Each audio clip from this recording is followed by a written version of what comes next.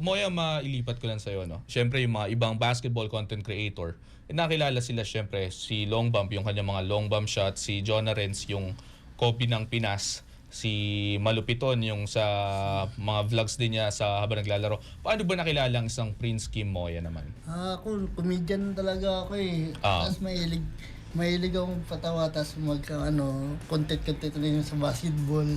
Ayun, na ano rin ako sa basketball, napunta rin ako sa basketball na nakalaban ko si Atan. Okay.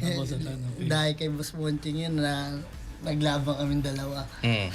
Pero yung picture na ipinost namin, parang naka Kevin Kiambao jersey ka. Ano ba to? Fan ka ba ng Lasal pagdating sa UAAP? Pan ng Lasal to. Ah. Si Mac Cardona. Ayun, may tanong sino daw mas pogi sa inyo ni Kevin Kiambao? Ay, Kevin Cameo. Siyempre, out lang kami ng konti. Lamang ka, di ba? Bas lamang ako. Pero sa laro, di pa yung mananalo. Totoo ba?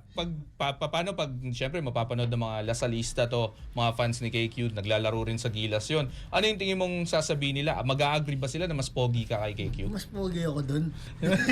Kung ano yung pagbalik niya, wambi mo ngayon, ha? Pagbabalik yun, magmiwa kami. Pero magkamukha talaga kami ni KQ.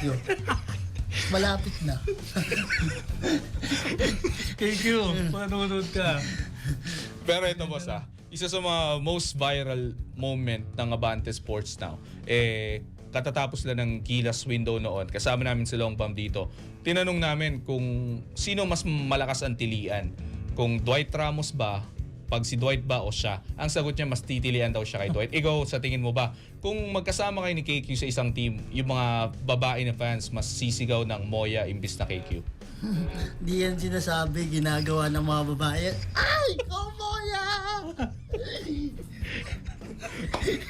Manatiling nakatutok sa Abante, sundan kami sa aming mga social media accounts at huwag kalimutang mag-subscribe sa aming YouTube channel, DWAR Abante Radio, para sa mga eksklusibong balita.